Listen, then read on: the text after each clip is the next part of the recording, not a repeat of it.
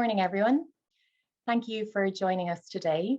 My name is Yvonne Halpin, and I'm the head of the Irish Marie Skłodowska-Curie Office and the national delegate and national contact point for the Marie Skłodowska-Curie actions in Ireland. We have closed captioning available today. Each delegate can alter the size of those captions by clicking on the CC button at the bottom of your screen. Our webinar today is focused on the EU's Marie Skłodowska-Curie Actions COFUND programme. This is a co-financing scheme for doctoral and postdoctoral programmes at regional, national or international level. COFUNDs aim to spread the best practices of the MSCA, fostering excellence in researchers' training, mobility and career development. This is a tailored session for academic and non-academic organisations based in Ireland across all disciplines, and we're very pleased to have so many of you with us today. There will be a Q&A session after the presentations, so I invite you to please post your questions into the Q&A function throughout the presentations, and we will get to them as many as we can. So before I introduce the panel, I want to explain to you who we are as an office and to do a bit of scene setting. So I will ask our speakers to turn off your cameras for the moment, and I will share my few slides.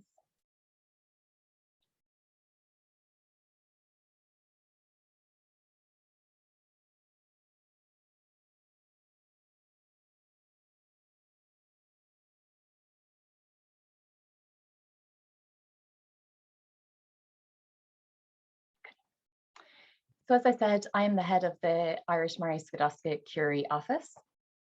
The office is based within the Irish Universities Association, and it is supported by the Irish Research Council, so very much operated under a joint partnership between the IRC and the IUA. The missions of the office are to promote the MSCA programmes, to contribute to policy initiatives which are relevant to the actions, and to provide what we term a conception to completion service for the research active community in Ireland across all sectors and across all disciplines. And the MSCA is a strategically important area of the EU, the European Commission's funding programmes for Ireland. Ireland has indeed been very successful in the MSCA in the previous framework programme, Horizon 2020. And throughout the 7 years of Horizon 2020, Ireland has drawn down about €197 million in funding through the MSCA. And to put this into context in terms of Ireland's total success in Horizon 2020, Ireland has drawn down across all programmes under Horizon 2020 about €1.18 billion. And I guess to frame Ireland's success in the COFUND programme, this is one of the MSCA actions which is strategically really important for Ireland, and indeed Ireland has been very successful in the COFUND programme over the past 7 years. There have been 22 COFUNDs coordinated from Ireland under Horizon 2020. This has equated to about €50 million leveraged from the EU for these COFUNDs. And in terms of the success rate of Irish applicants, across the 7 years of Horizon 2020, Ireland's applicants have been about 2.4 times more successful in the COFUND programme than the average EU success rate. The message here is very much, if you are thinking of applying to the COFUND call with the deadline in 2022, please do get in touch with the Irish Marie Skłodowska-Curie Office, because we're very keen to support you in your application. And our supports consist of promotion of the COFUND call to the research community and guidance to applicants. That includes the provision of webinars, such as this one, giving you information on the call and other useful resources. We offer personalised supports for applicants across all sectors who are applying to the COFUND programme. And we also offer a proposal pre-review service in advance of the call deadline. I also just want to introduce to you briefly that the Euraxis Ireland office is also based at the Irish Universities Association. Euraxis is a service for researchers, universities and entrepreneurs with the mission to provide practical support and links to research job and career development opportunities. Euraxis Ireland operates the Fast Track Immigration Hosting Agreement Scheme, allowing for employment of non-EEA MSCA Fellows in Irish academia and industry. So you're invited to please get in touch with the Euraccess Ireland office if you need information about the hosting agreement scheme for non-EEA researchers working in Ireland, or have a query concerning employment of a foreign researcher in Ireland on a hosting agreement scheme. Please contact the office if you need advice regarding visa or working permission guidelines, or if you want to learn about the immigration rules in other European countries. Indeed, if you need a contact point for your access expert in another country, or you're looking for a job in research, this is a really useful tool for researchers looking for a job, or indeed if you're posting research vacancies as well, please do so on your access. So my colleague Magda is the person to talk to in Euraccess Ireland, and her email is magda@iua.ie, but we will make all of this contact information available to you afterwards. So as I said before, with respect to the MSCA COFUND program, please do get in contact with me if you're interested or thinking of applying to this call, and hopefully after today's session, you will be even more interested in applying. This information will be available to you afterwards. So I will now introduce the panel for you, and I'm delighted today to be joined by Alexandra Pedersen of the European Research Executive Agency, who will present an overview of the COFUND action and the changes in Horizon Europe versus Horizon 2020. And then we will showcase a number of COFUNDs coordinated from Ireland. So first up, from the Trinity Long Room Hub, we will be joined by Professor Jane Ohlmeyer, showcasing the Human Plus COFUND. And this is jointly operated by the Trinity Long Room Hub and the SY Adapt Research Centre. Jane will be popping out at 12:25 to go to another important meeting, just in case she falls off your screen unexpectedly. Then we will be joined by Enterprise, from Enterprise Ireland, we'll be joined by Micol Martinelli, who will showcase the Career Fit and Career Fit Plus COFUNDs. And then finally, from the Irish Research Council, we have Peter Brown, who is the director of the IRC, and he will showcase the Caroline COFUND. So I'm going to stop sharing my screen and we will begin with Alexandra. So Alexandra, I invite you to turn on your camera and I will get the presentation ready for you. Thank you, Yvonne, for this introduction. Good morning, everyone. It's a pleasure for me to be here today to present with an overview of the COFUND program. My name is Alexandra Pedersen. I am project officer and also co-coordinator for the COFUND action. So Alexandra, I'm just going to give you control. Yes, so let's just check that everything is working fine. I'll try to change the slide. Yes, so as I was saying, so COFUND action. COFUND is a mono-beneficiary action which co-funds training programs for doctoral and postdoctoral fellowships. We expect those training programs to have an impact at the regional, national, or international level, as well as at the institutional level. And what is the focus of the action? We want the projects to spread the best practice of the Marie Skłodowska-Curie actions by promoting high standards in the recruitment process and excellent working conditions. We also wanted the projects to have sustainable structuring effects by promoting excellent and sustainable research training, international, intersectoral, and interdisciplinary cooperation and mobility. And we also encourage synergies with the structural funds, for instance, the cohesion policy funds, as well as the recovery and resiliency facility funds. In that case, programs could focus on a specific disciplines based on the priorities of based on the national priorities, and not even one based on smart specialization strategies.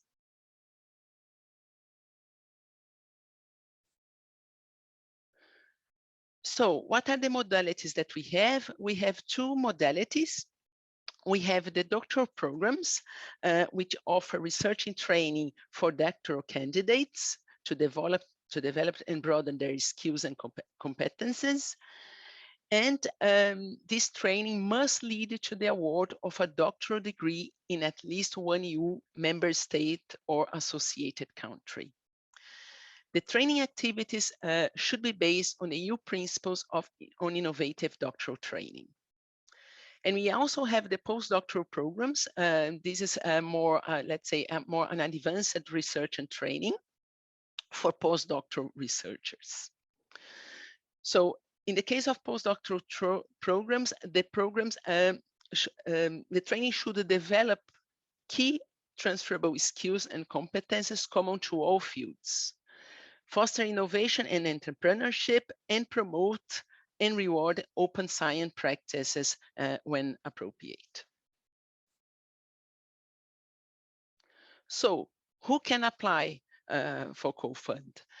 Any single legal entity established in a EU member state or Horizon Europe associated country. However, the beneficiary must recruit at least 3 researchers. Then those researchers will be hosted at the premises of the beneficiaries, or they will use the implementing partners linked to the beneficiary to do so.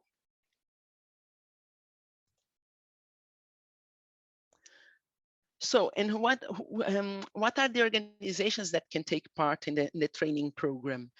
The organizations can be from the academic sector or from the non-academic sector.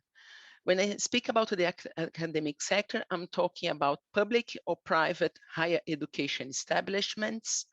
I'm talking about public or private non-profit research organizations or international European research organizations. If the organization does not fit to any of the description that I have just given on the academic sector, then they will be considered the non-academic sector. And what are the possible structures that we can have under COFUND? There is no specific structure that is right or wrong. It will all depend on how the program is set up.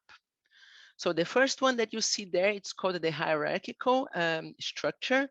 In the example, you have a research funding organization managing the funds.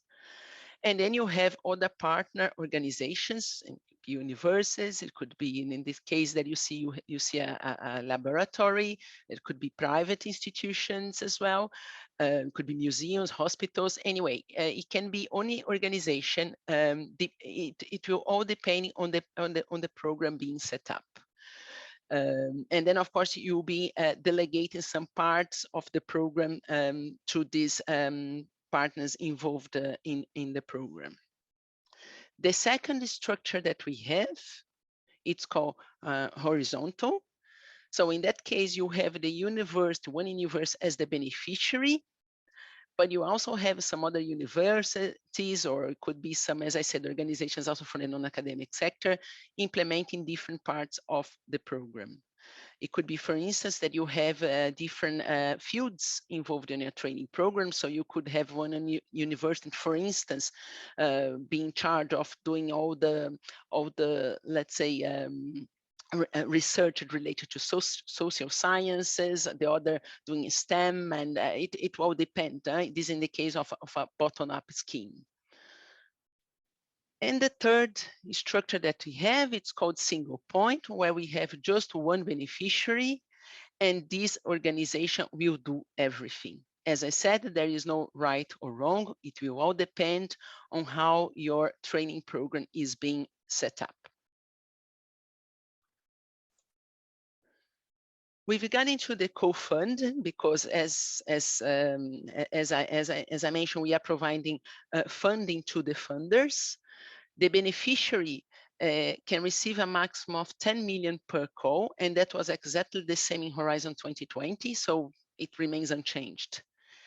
The duration of each training program can be up to 60 months, and that's the maximum. And however, each individual fellowship must have a minimum duration of 3 months. This is exactly the same as it was in Horizon 2020. With regarding to the recruitment, all the vacancies must be widely advertised and published. However, it's a requirement by the grant agreement that the vacancies must be advertised and published under air access as well. Now, with regarding to the eligible researchers, for the doctoral programs, the researchers must not have a doctoral degree at the deadline of the co-funded programs call, and it's mandatory that they are enrolled in a doctoral program.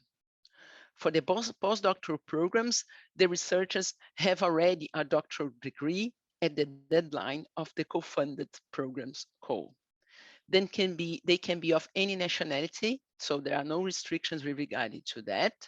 However, they must comply with the mobility rule, which is the researcher must not have resided or carried out their main activity in the country of the recruiting beneficiary or implementing partner for more than 12 months in the 36 months immediately before the deadline of the co-funded programs call.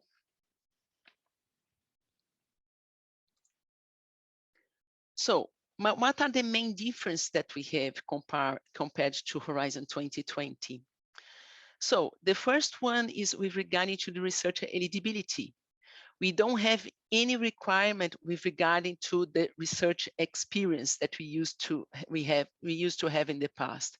This no longer applies. So now for the doctoral, they should not have a PhD degree at the deadline of the co-funded programs call. And in the case of the postdoctoral, as I mentioned, they should have a doctoral degree at the deadline of the co-funded programs call. The EU contribution covers the minimum remuneration required and can be used more flexibly. And I will talk about this in more detail in the next slides. There is also a possibility to apply to long-term leave allowance or special needs allowance. Those are new categories, and I will come back to you in the next slides as well.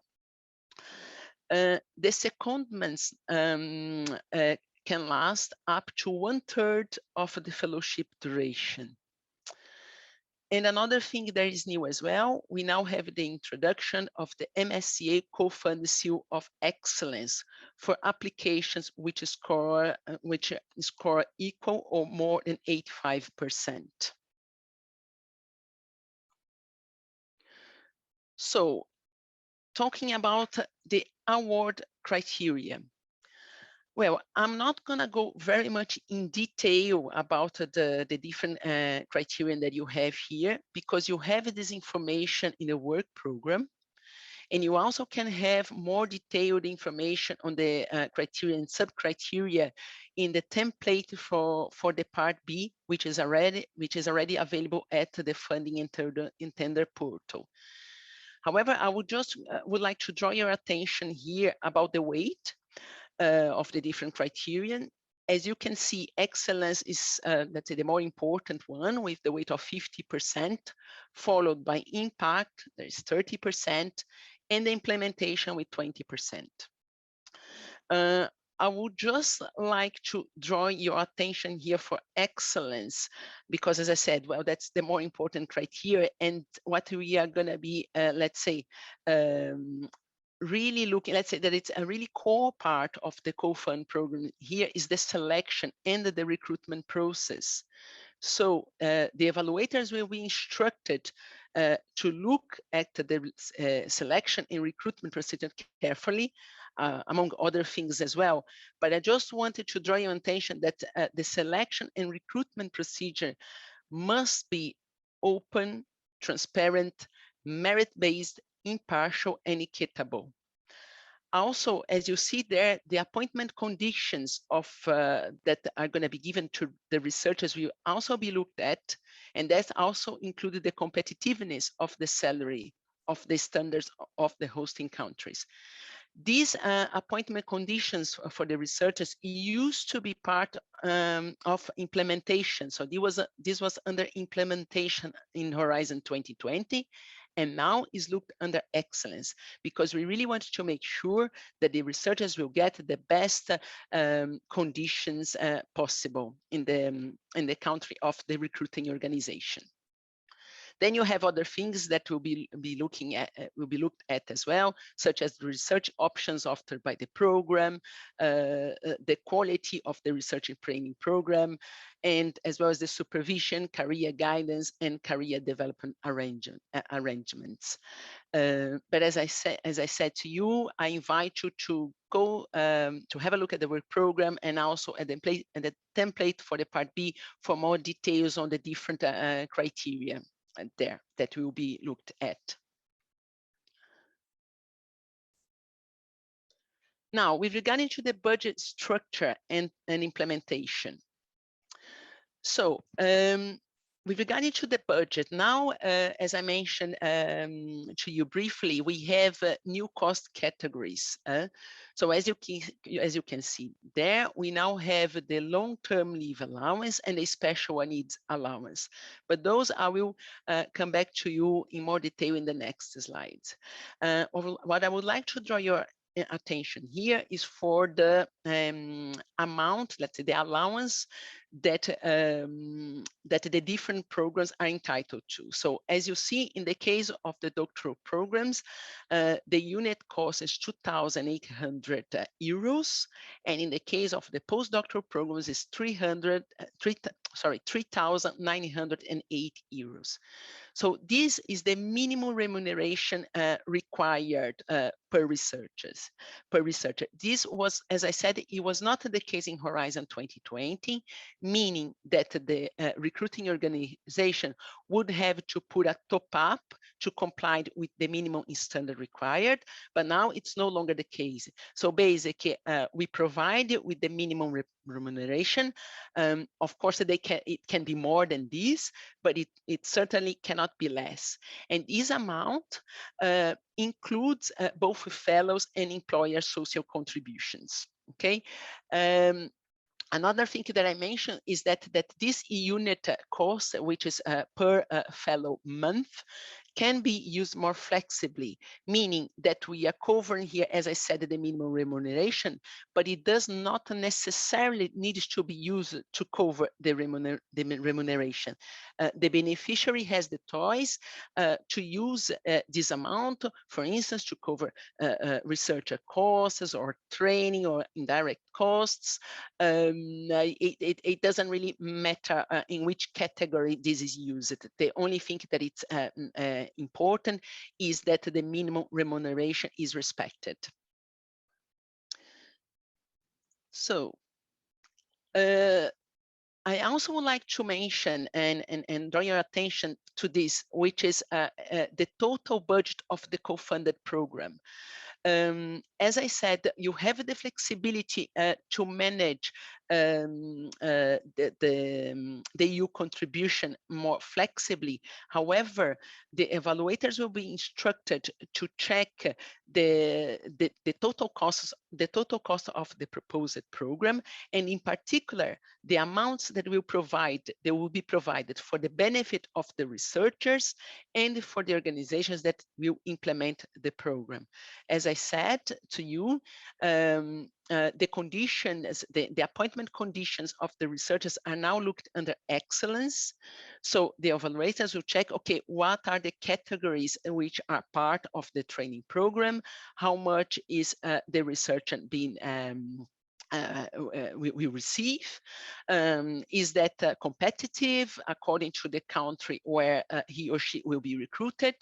And in that, there is a table. When you look at the Part B, you will see that there is a table there for you to specify the different categories that are part of the program. And as I said, the amounts that will be given for the benefit of the researcher and for the benefit of the organizations implementing the program.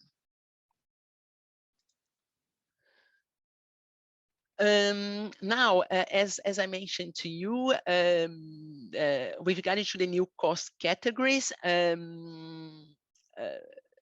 just coming back what I said, so basically the remuneration, the minimum remuneration, we will cover that. It can be used more flexibly, but as I said, so we have two new categories there, which are the long-term leave allowance and the special needs allowance. So basically the long-term leave allowance, they cover personal costs incurred by the beneficiaries in case of researchers' leave that are longer than 30 consecutive days. So this could be, for instance, maternity, paternity, parental, or sick, or any other kind of special leave that is longer than 30 consecutive days. And the other cost category that we have, the special needs allowance, which has been created to support researchers with disabilities. So, for instance, if they require assistance, if there is adaptation to their work environment, travel or transportation costs. If a researcher has any special disability, he or she will be entitled to get this allowance. And those allowances can be requested at any point during the implementation of the project. Okay, as it mentioned, when the need arises. Talking about project implementation, each beneficiary or partner organization must recruit the researcher under a full employment contract or equivalent direct contract with social security coverage. In the cases that the law does not allow a researcher to be recruited under an employment contract, then the researcher can be recruited under a fixed amount fellowship. And in this case, the contribution will be halved. But from experience, I can tell you this is really, really rare.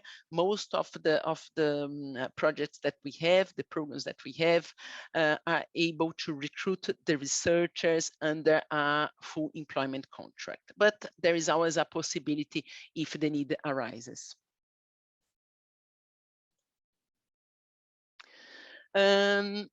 Still talking about the implementation, as I mentioned to you before, the selection of research, and this is a core of the program, among other things. But this is very important. We want, as I mentioned, we want to make sure that our researchers are selected in an open, transparent, merit-based, impartial, and equitable way. We wanted the vacancies internationally advertised and published, and they must be published under air access, as this is a requirement by the grant agreement. The selection must be based on international peer review for the postdoctoral programs, and at all stages of the selection procedures. Having said that, even though this is not a requirement for the doctoral programs, international evaluators are welcome to take part. And if they are not international, we expect that there are involvement of evaluators from outside the partnership. So we make sure that they are fully independent. The training program shall offer a wide variety of opportunities for the researchers, for instance, for them to experience secondments, including intersectoral ones. We wanted them to benefit from training in research or transferable skills, as well as from innovative and interdisciplinary elements of the proposed program. They, both doctoral and postdoctoral researchers, must be committed full-time to the project. However, part-time can be allowed for personal or family reasons with a prior agreement of the project officer. However, part-time due to professional reasons can only be allowed for postdoctoral researchers. Now, to give you an overview on the call, the upcoming call and the 2022 call as well. So the COFUND call was supposed to open the 12th of October. Unfortunately, we are experiencing some IT issues with that. but the IT team is working very hard to solve the issue as quickly as possible. So I expected the call to open very, very soon. Having said that, as I mentioned to you, if you go to the funding and tenders portal, you already have access to the guide for applicants and to the template to the part B. So you can already start working on the proposal, which is already very good. So and the submission links, as I said, it should be available very shortly. The budget for the upcoming call, it's 89 million euros. And as you see in the slide, for the 2022 call, the opening is expected on the 11th of October 2022, with a closing date on the 9th of February 2023. And we have a budget 95 million euros. Just one thing very important that I forgot to mention for the upcoming call, the deadline for closure is the 10th of February 2022. So I think that's all from me. I will be happy to answer any questions if you have any. Thank you very much for your attention.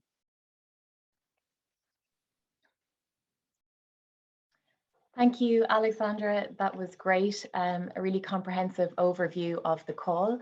As you said, we will hopefully have some questions for you a little later on. For now, though, I would like to invite Professor Jane Ohlmeyer to come forward, turn on your video and share your screen. While Professor Ohlmeyer is sharing her screen, I would like to invite our participants to post into the chat in no more than 2 or 3 words what attracts you to the MSCA COFUND program, and also what you see as perhaps the major challenges in applying, because our panelists might have some insights to help with those a little later on. So thank you, Jane. I will hand over to you.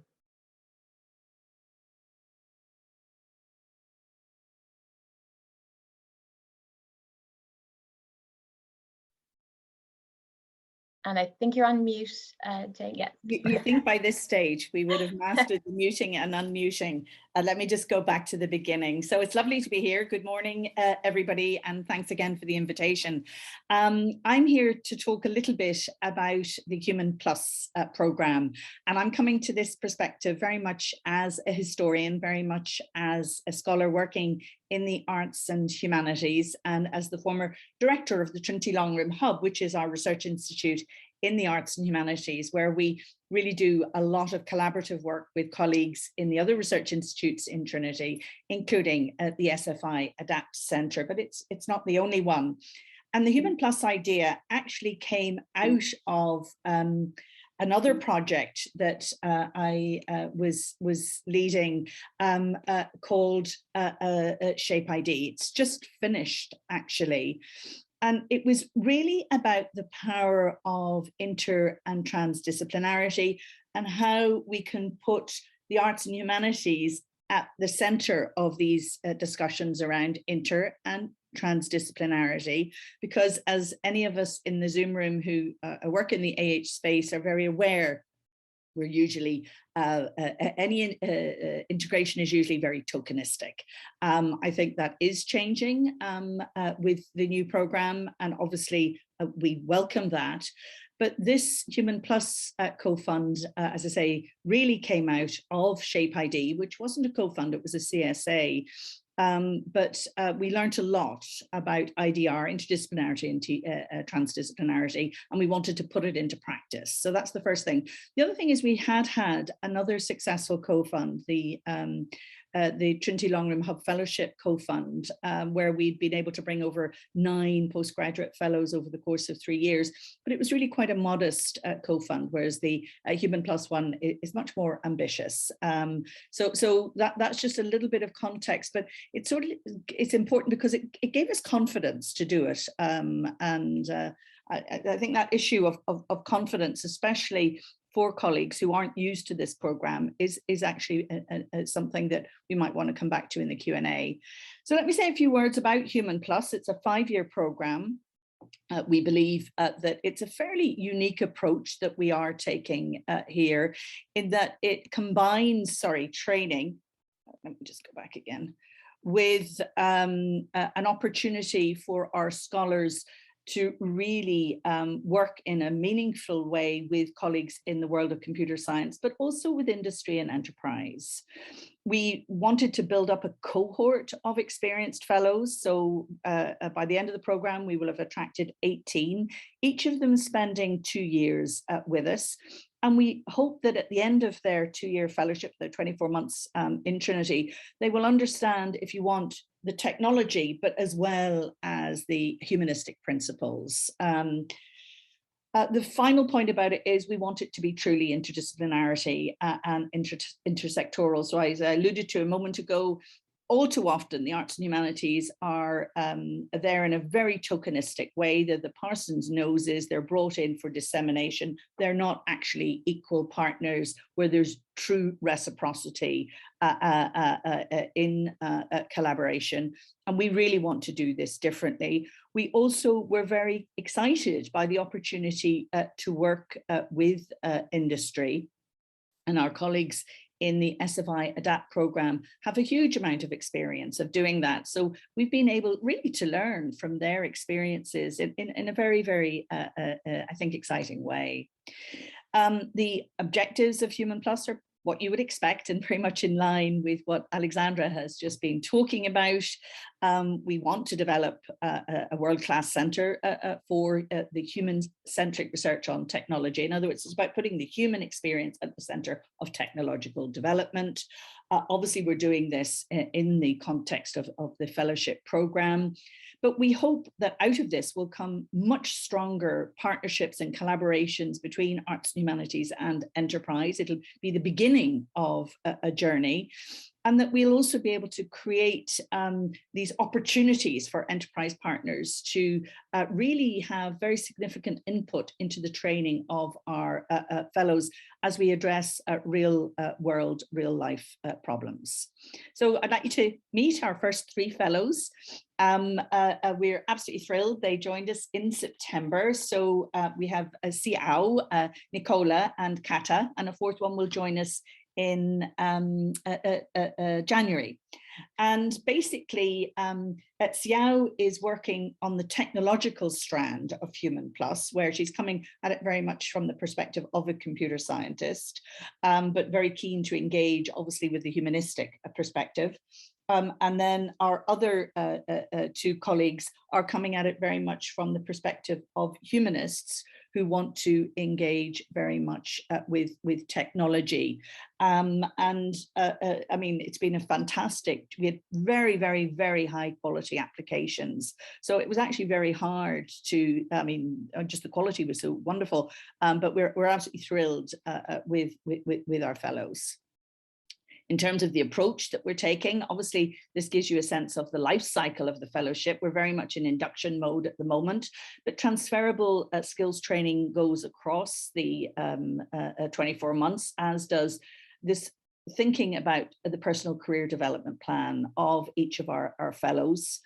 We will be organising a seminar series and summer schools, which will allow us to really get into the nitty-gritty of it. We see them very much as opportunities both to engage with the academic issues around all of this, but also to work very closely in what I call public humanities. In other words, we will be doing giving public lectures, public seminars about the work we're doing.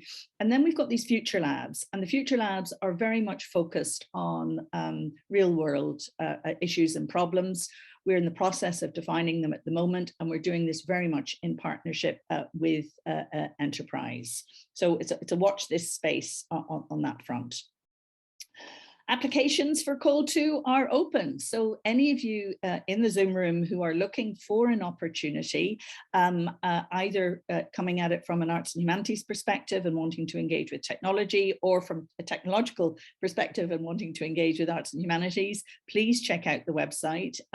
We believe it's a real opportunity to engage in a very exciting, it's a structured collaborative program, but we feel it is cutting edge. I'm not aware of any other program, and if maybe they're out there and you can tell me about them, that are being led by the arts and humanities in the way that this one is. Usually they're very much led by the technology partner, but this is very much led by colleagues in the Trinity Long Room Hub.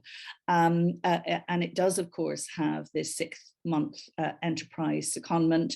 And we're, again, really excited by some of the collaborations that are beginning to emerge with industry. And we hope that these will be very long-term, meaningful ones.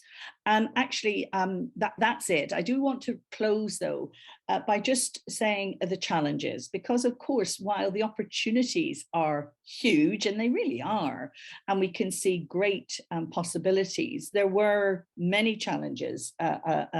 And some of those are very practical ones of finding the co-funding. So we went into this without actually knowing where the co-funding was going to come from. And then, of course, it was, I think it was the most highly ranked one in Europe the year it was awarded. And I was like, oh my God, we don't have the co-funding. So I think there is that anxiety because as arts and humanities scholars, we just don't have access to co-funding that colleagues in the world of STEM do. The other anxiety has been more of a cultural one. In other words, colleagues working in the arts and humanities this isn't our normal modus operandus.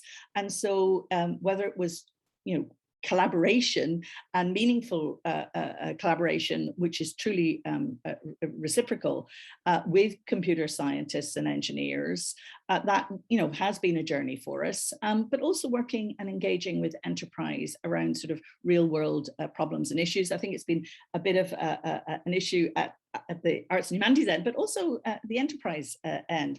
Although what I've been really inspired by is how, very, very senior figures in many different types of companies are so open to working with historians, philosophers, colleagues working on narratives, because they actually understand that it is about the human experience and the importance of putting the human experience at the very center of these grand challenges and the grand challenges around artificial intelligence. I don't need to even begin to tell this audience. So enterprise get it, but we are, as I say, working to develop those relationships and pathways. And I think on that note, I'll close, if that's all right, Yvonne, and I'm very happy to take any questions there may be about the Human Plus co-fund at the end. Thank you, Professor Ohlmeyer. That was great. A really interesting overview of what looks like a fascinating co-fund program. Really encouraging to hear you say that enterprise gets it and the importance of the humanities and the social sciences. And I think we can all see that interdisciplinarity is more and more embedded in the MSCA under Horizon Europe. So thank you for that, and we'll come back to Q&A. So you can stop sharing your screen, and I would now like to invite Micol Martinelli from Enterprise Ireland to start sharing when you are ready. And Micol is going to give us an overview of the Career Fit and Career Fit Plus co-funds. Thank you, Yvonne, for the introduction and the invitation. I hope you can see my presentation. So as Yvonne already alluded to, I manage these two big co-funds called Career Fit and Career Fit Plus. The first one started in 2017, the second in 2019.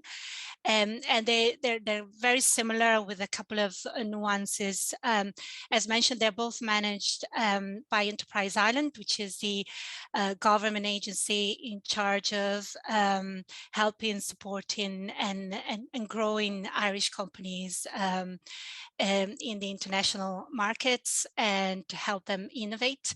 I will just get into, okay. Sorry. Okay. So I just get into the details of the program format. As I said, the two very similar program. With both programs, we're aiming at recruiting 50 fellows, experienced researchers. So basically, we have a network now, started, as I said, in 2017, but now we've reached 100 in January next year, of 100 experienced researchers who were recruited for each program through 2 different calls for proposals. So we went through 4 calls for proposals already. So we're not open for recruitment at the moment. Unfortunately, I cannot give this nice hope to any of you listening. Every fellow will come to Ireland, or has already come to Ireland, on a 3-year contract, which includes a secondment of up to 1 year to the partner company. And what I would like to mention, because it's quite peculiar to this program, is that the industry engagement is not a tokenistic one. So the industry partner is identified at the application stage. So basically at the application stage, why the application is pretty much driven by the experienced research applying. As I said, it's a collaborative effort. So the partner institution, so the host institution in Ireland, which is a higher education institution or a research performing organization, and the partner company are identified at the application stage. Without them, it's simply impossible to apply. And the whole project is implemented under the umbrella of either a technology center or a technology gateway in Ireland. And the idea there is, on the one hand, for the fellow obviously to benefit from the exposure to synergetic research happening in the technology center or the technology gateway, and at the same time obviously for the technology gateways and the technology centers to basically add additional skill set to basically their portfolio. As I mentioned, they're all industry-focused collaborative research projects, but they are in any area of research, and they take any kind of TRL level. So we have companies of all sectors, of all sizes, and projects really that range from the kind of blue sky thinking ideas to a very kind of applied research project, like improving a product or a service, etc. The training budget that the fellows have available is quite generous. On the one hand, we offer a centralized training, which I will explain later on, which is available for all the fellows that participate in the program. And on the other hand, we give a training budget to each fellow to use basically according to their own needs, because as I said, they work in all different areas of research, so their needs might be quite different. And each fellow is assigned a company mentor and an academic mentor that will guide them throughout the 3 years. So that's this nice kind of intersectoral mentorship program embedded in every Career Fit and Career Fit Plus project. I also wanted to highlight, obviously, what I perceive, given that I manage both programs, as being the main benefits that each party in the projects get. Obviously, starting from the most important party, which is the fellow in the program. The main benefits that they get is, first of all, obviously having access to a wide range of career development and technical and non-technical skills development opportunities. And I will go into the details in a later slide. Secondly, because of the fact that the industry partner, as I said, is identified at the application stage, and because there's an industry mentor assigned to each fellow, that's the opportunity to have this kind of in-depth insight into basically the industry setting. And as I said, depending on, the company that is partnering. This could be like a startup to a multinational company. So there's a wide range of benefits coming out of this partnership.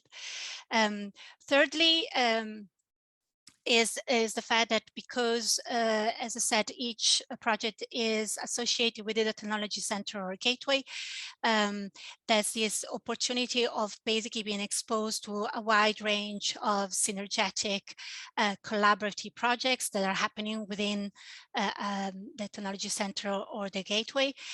So that's this exposure as well that is quite beneficial to the participating fellows.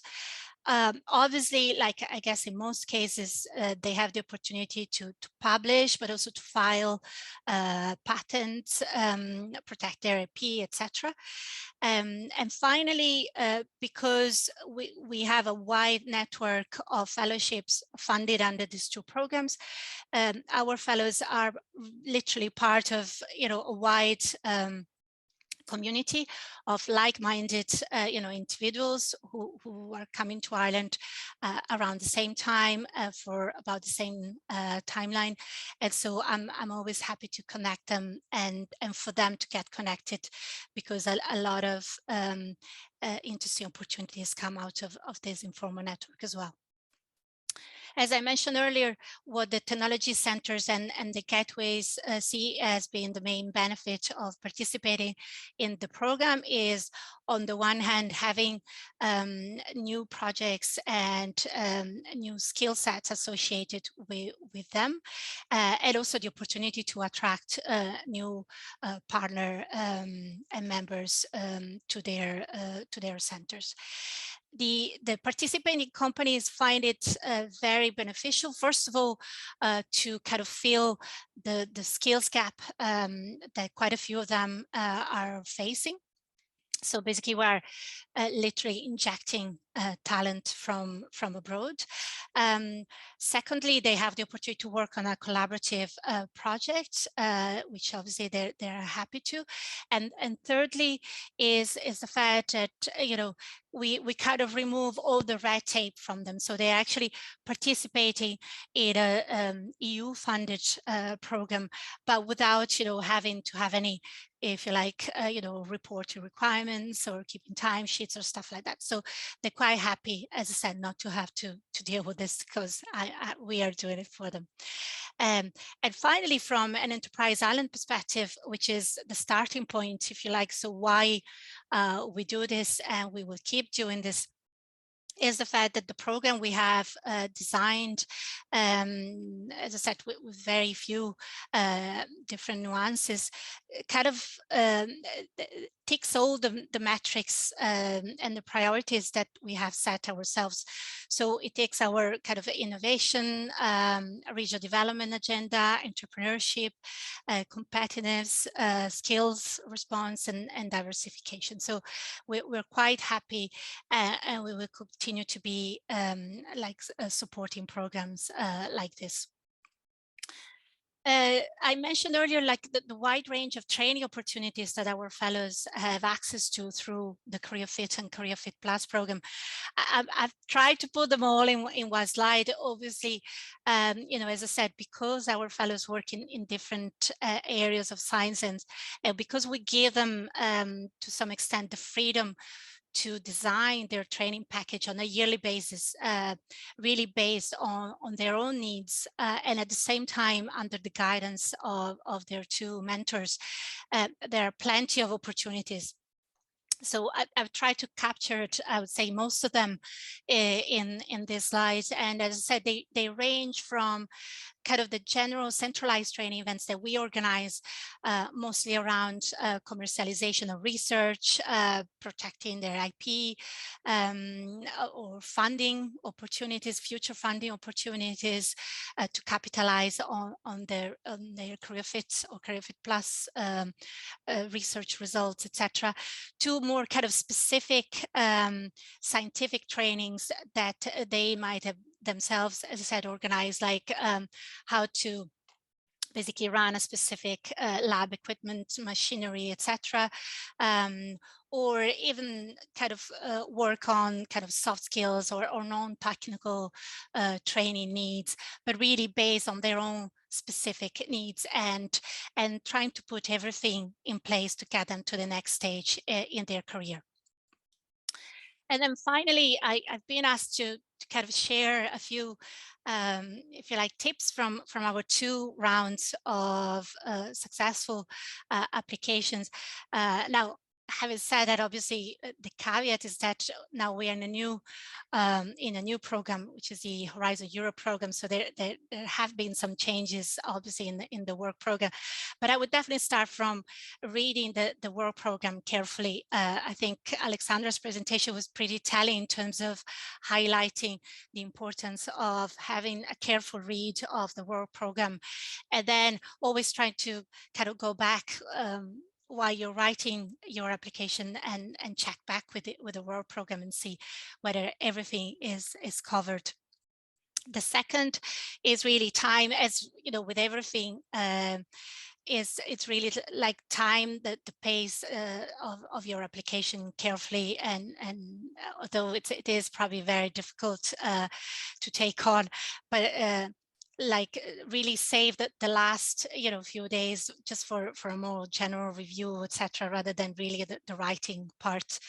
The third piece of advice that I feel like I want to share is trying to put all your ducks in a row. So if you're mentioning like partners in your proposal, etc., just try to get them on board in a timely manner and secure the commitment in a timely manner, so that you get their feedback as well.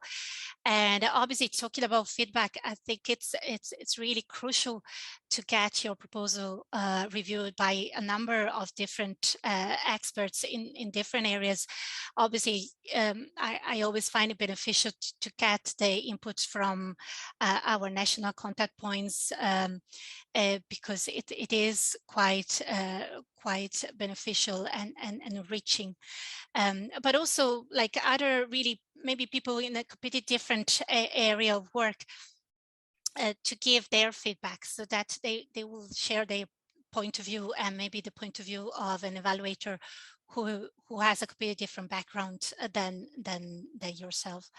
And then finally, and it's probably due to the fact that I also manage the programs, is like while you're writing the presentation, your application, I know that you obviously very much focus on actually winning, so actually getting it over the line and being awarded.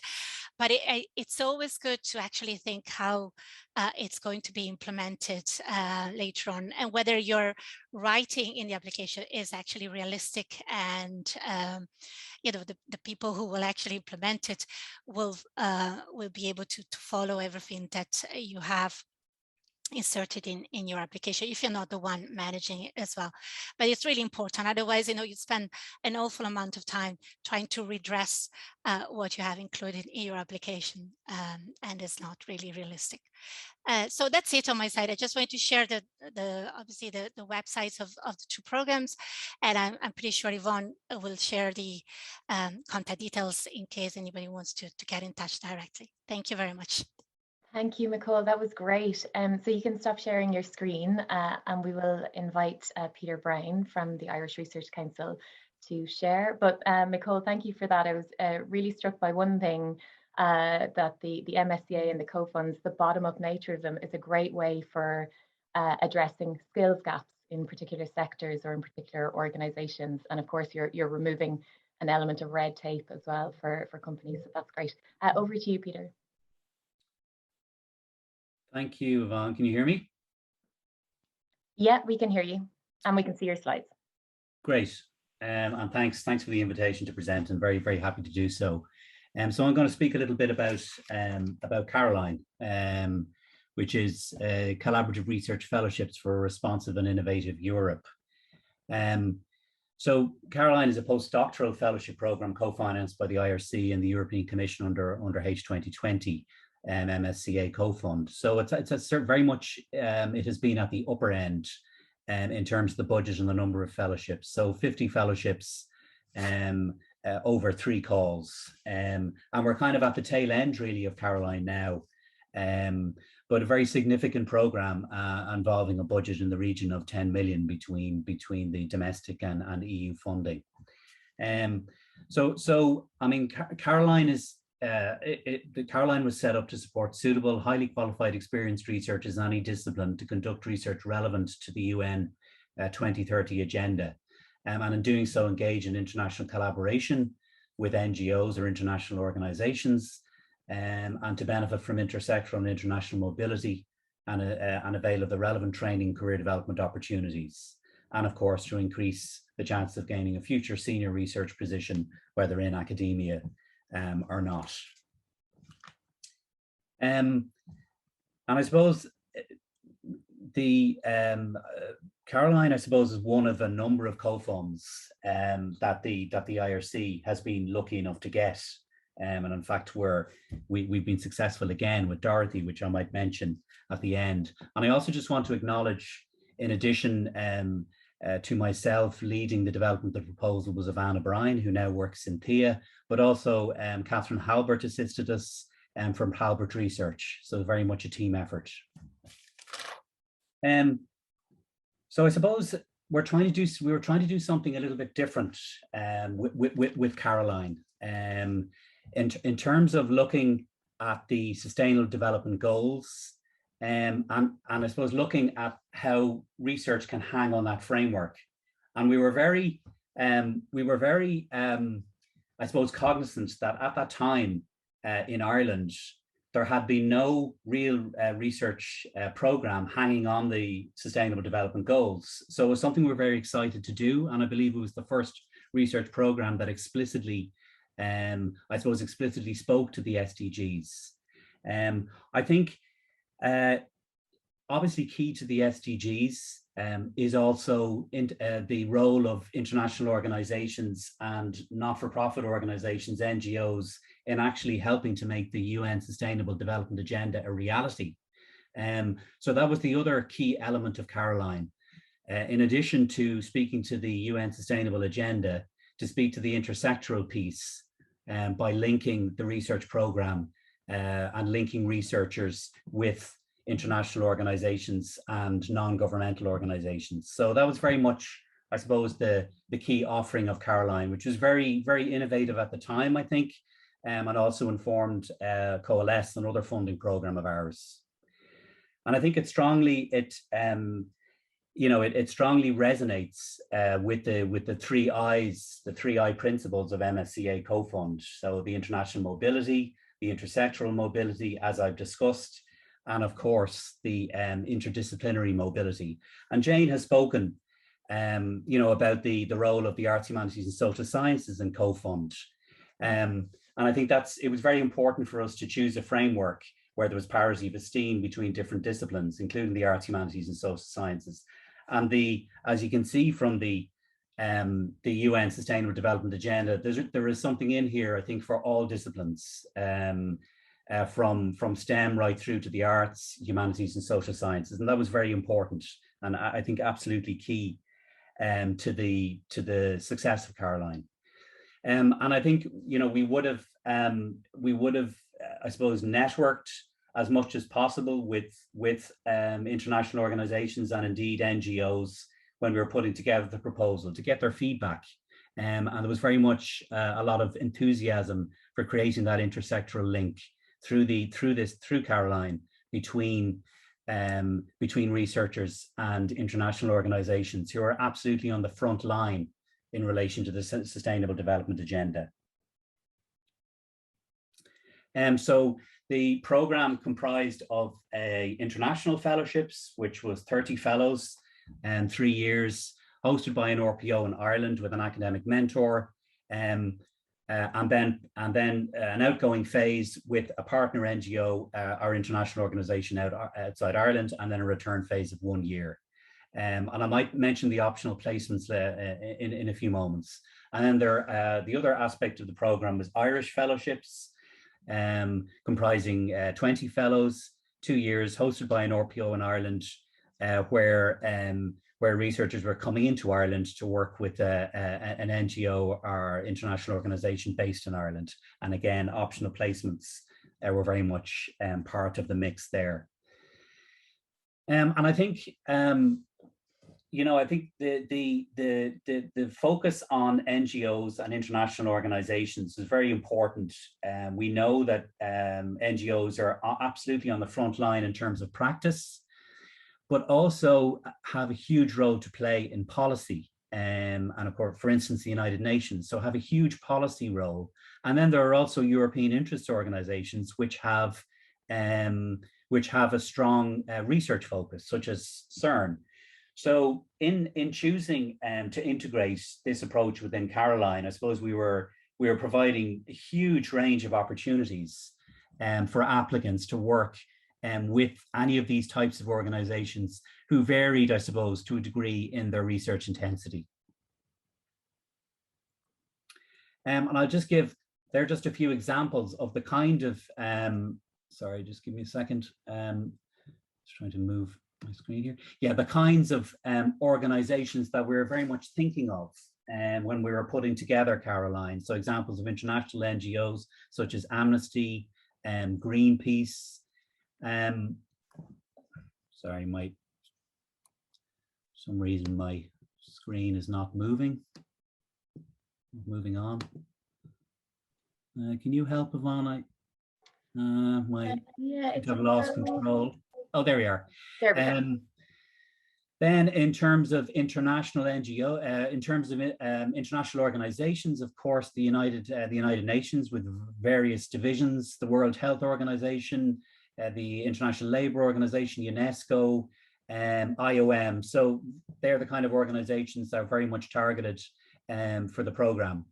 And then in terms of European research organizations, CERN, the European Molecular Biology Lab, and ILL were provided other opportunities. In terms of optional placements, this was another aspect that we integrated into Caroline, where in addition to working with the main partner organization, there was also scope for additional placements to happen in a related organization or indeed in enterprise. And that was another important aspect to the program. Shorter term assignments than would apply to the partners, but providing the opportunity for additional training or research purposes, for additional knowledge transfer and dissemination, and of course, crucially, for additional opportunities to acquire transferable skills, which would be beneficial to the longer term career development of the fellow. I suppose if I was to just provide some tips from the point of view of applying for a co-fund, I think it's really important that potential beneficiaries, to be creative and innovative, having regard to the core principles of MSCA. So to think about new approaches, new ways to link researchers with the external environment. And I think it's really important, and I think other speakers have alluded to this, to do the research, to consult, to test models and proposals with stakeholders and get feedback. It's really important to plan well in advance and to allocate the necessary resources to complete a really excellent proposal. And the deadline comes around quicker than you think, and you know, an awful lot of work has to be done to put together an excellent proposal within what is a hugely competitive, hugely competitive environment across Europe for Marie Curie COFUND. I think it's really important that proposals have a unique selling point, something which makes them stand out. And it's really important to be really compelling in the case for you that you make for that USP, and in the case that you make for the proposal. And of course, leverage the support and assistance of the Irish Marie Curie Office.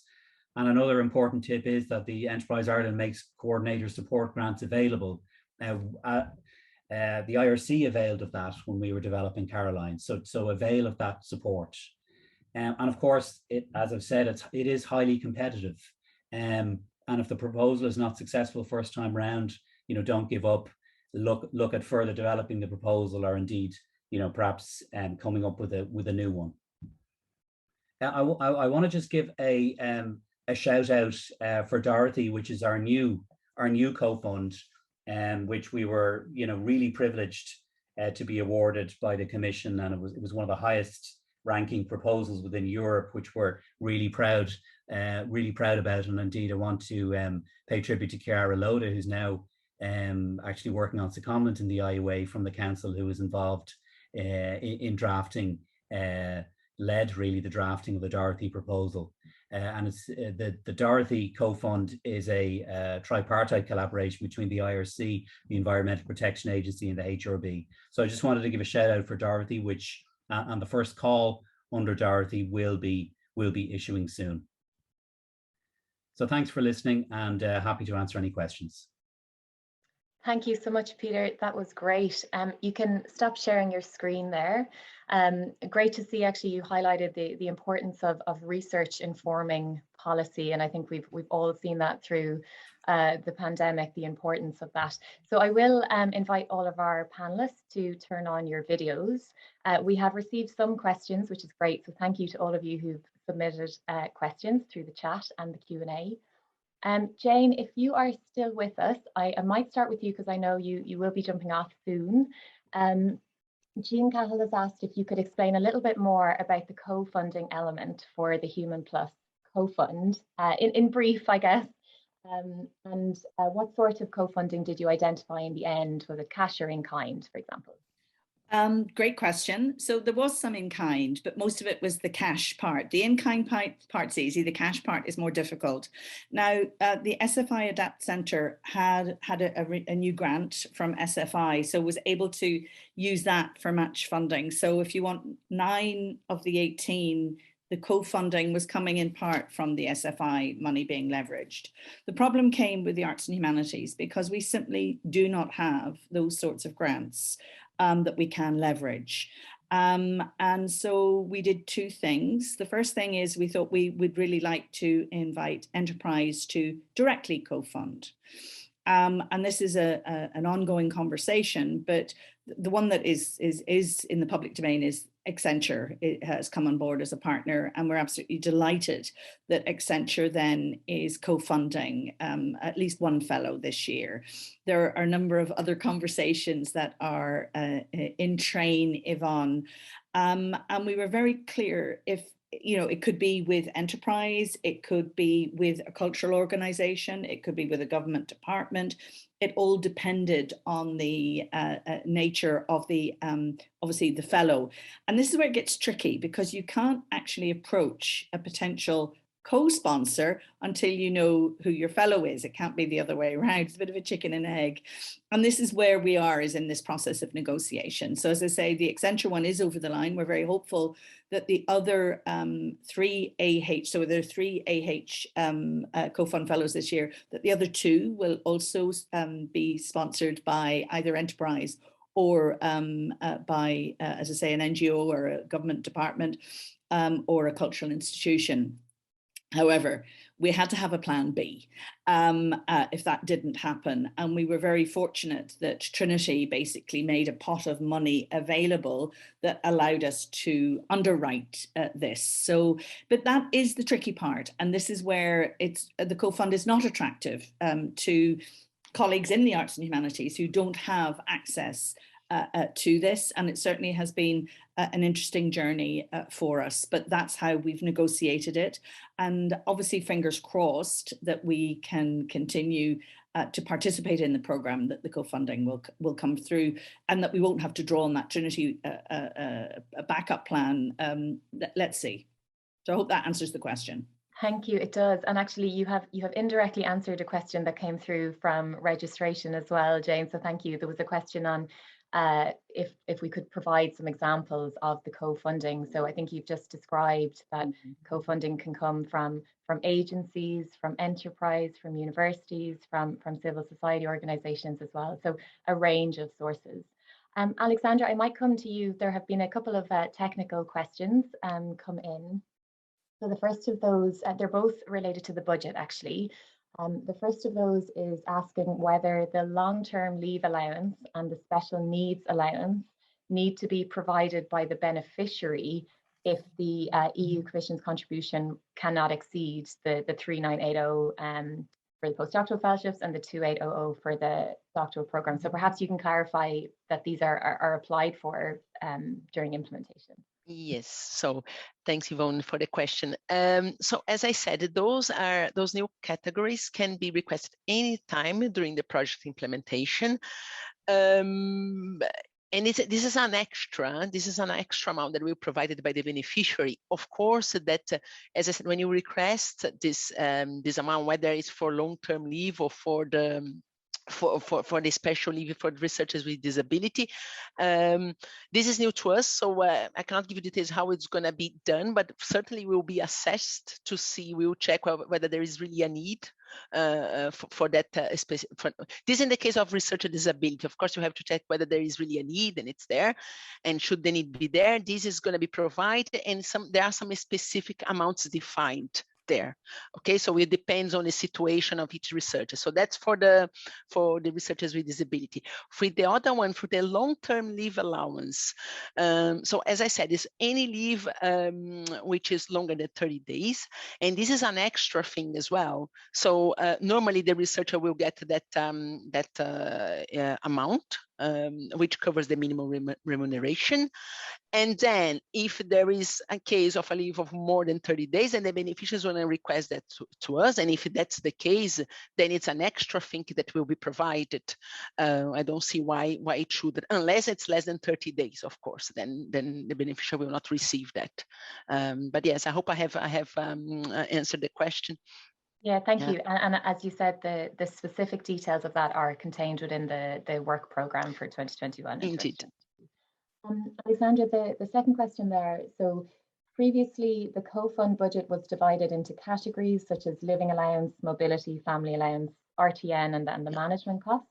Now that the AC contribution is simply a lump sum, will there be guidance or examples given to applicants on how to structure their budgets?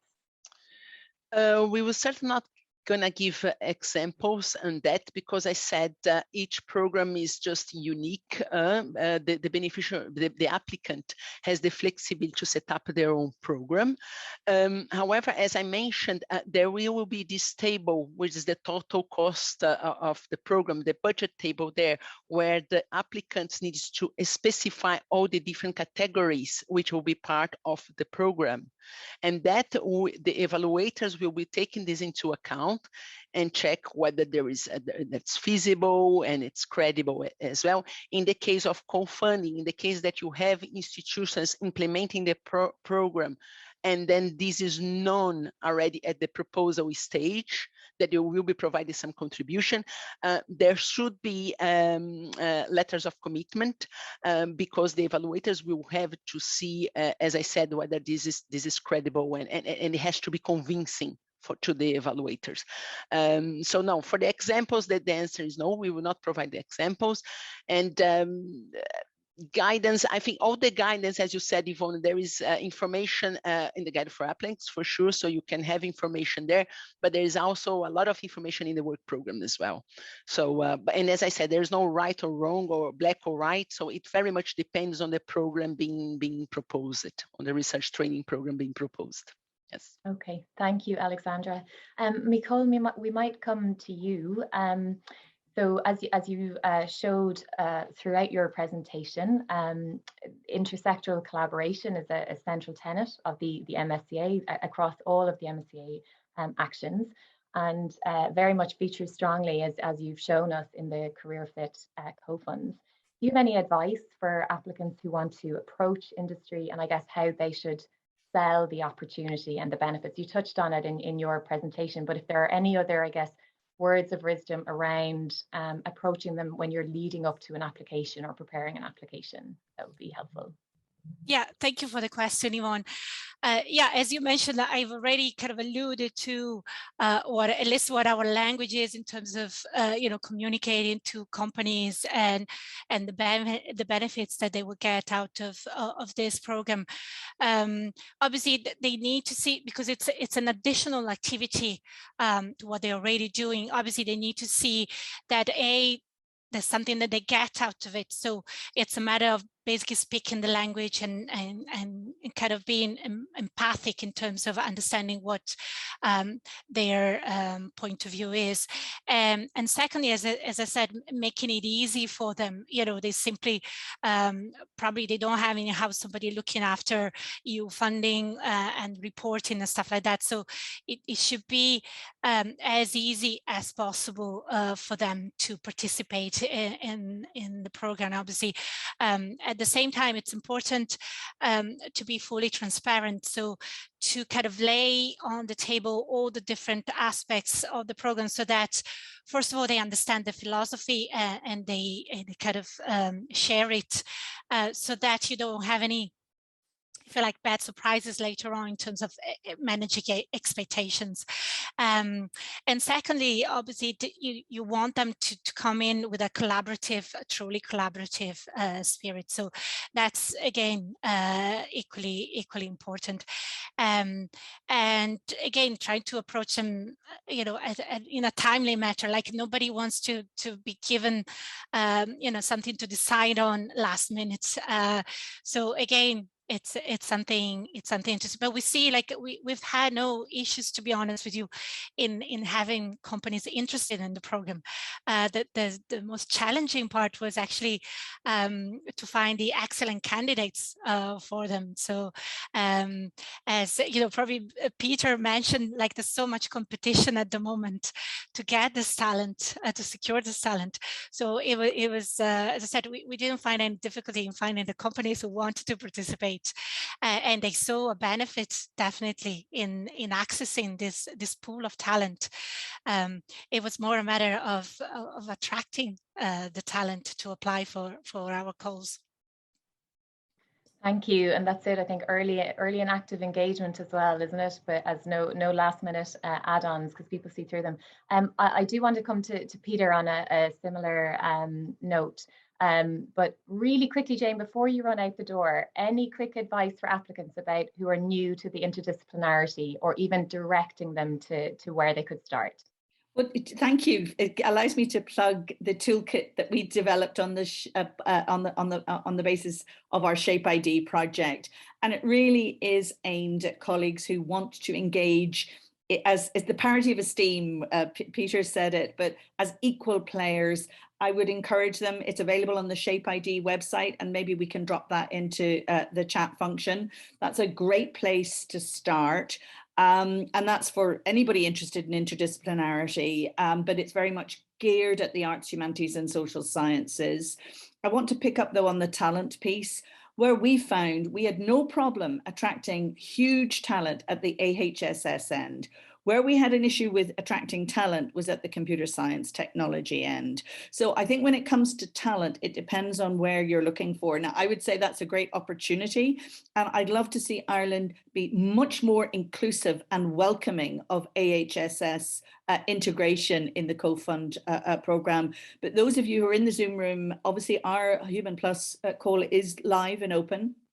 And as I say, if you're interested in inter and transdisciplinarity, the Shape ID toolkit is very much aimed at you. So, but listen, thanks for organising things today. And maybe with that, Yvonne, I'll say goodbye now. And it's been a great session. So thank you very much. Thank you, Jane. See you soon.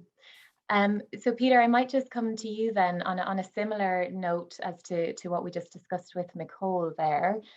So you've rightly shown that Caroline is a brilliant example of a collaboration with civil society and enterprise. But I guess from your experience with Caroline, can you describe what has motivated civil society organizations to get involved? And I guess what I'm trying to get at, is it a different sell approaching civil society versus approaching enterprise for something like this? Unmute. I think it is and it isn't. I think it shares. I think the cell shares some similarities with the cell to enterprise. Similar to enterprise, civil society organizations want to apply knowledge. They want to operate in an evidence-based way. They want to be innovative, and I think enterprise is in a similar space. So. I think the cell can be similar enough. maybe perhaps where there's some similarities or some differences, I should say. Civil society organizations, I'm not talking about the really large international organizations, but, other civil society organizations, they're very much on the front line. They're very much practice driven, and they put all the resources into helping people, whether it's around climate change or aging or poverty or hunger. So they often have limited resources to invest in research because they're so practice and frontline focused. And so these kind of programs can actually help them to actually develop research capacity in a way that they might find difficult to justify normally, in terms of scarce resources. So it really helps them to develop research capacity and to, I suppose, put their organizations on a more evidence-based footing. And of course, these civil society organizations want to make sure that what they do is effective and has impact and actually, addresses the many problems that they're involved in. And where research can help to actually make practice as effective as possible, well, then they're they're very keen to buy into it. And what I would just say, while I have the floor, is that, I mean, there was a number of key points at which we were engaged with civil society, and there's obviously we obviously engaged with them in developing the proposal, and that there was huge support, and we had many letters of support that we submitted along with the proposal. But then, as I think other speakers have alluded to, then you have the other challenge when you're actually doing the call to make sure that the researcher, who's the applicant, are they engaging? Are they seeing the full range of opportunities? Because I think there's a culture change needed. Researchers often like the academic to academic type co-funds, where you're hosted by one academic institution and then you spend all your time in another academic institution. I think programs like Career Fit and like Caroline are a little bit different, and it sometimes can be a challenge to get the potential applicants to think more broadly about the kind of partners they wish to work with, and how it can have a significant positive impact on their career development. Yeah. Trailblazing, Peter. We've time for one or two very quick questions before we wrap up. Alexandra, I'm going to come back to you. A couple of clarifications, if you can. So there's a question here: what percentage of the total budget is required as a match for the co-fund, if there is one? There is no requirement for that. So yeah, it's always a question that keeps coming up, but no, there is no minimum, no maximum. So there is no requirement for that. So really up to the evaluators, Yes. I guess, to assess whether the budget whether it's feasible. Indeed, yes. And one more thing, just another clarification. Could you please confirm if anyone with a doctoral degree can apply for postdoctoral programs under the co-fund? That's about the eligibility criteria for the postdoctoral. Okay, so the answer to that, in principle, yes. So yes, that's the case. But of course, as I said, every co-fund program is quite specific. Some can be quite specific, others can be bottom up, others can have different criteria for the selection of researchers. So I just I advise, of course, that the researcher check the conditions for the eligibility before applying, of course. But normally, yes, this is a general condition. But of course, some can be more restrictive than others with regard to other parameters. So that's why I ask them to check. But yes, in general, yes. Super. Okay, I think that's it for the questions. I have just popped into the chat the mariecurie@iua.ie email address, the Twitter handle, and the Euraxis Ireland. And we will also make available afterwards the links for the Shape ID, which Professor Ohlmeyer referenced as well. So for now, what I would say is thank you to everybody for joining today. We really hope that you found it useful. I'd really like to thank all of our guests for giving their time and for sharing their wisdom about the co-funds and the tips for those applicants who will be applying to the call. So a recording of today's webinar will be made available. More information on the co-fund action is available on iua.ie. And as well, we are having another webinar on the MSCA Staff Exchange Programme in 2 weeks, so on the 23rd of November. So please join us for that as well. For now, I will say have a lovely afternoon to everybody, and thank you again.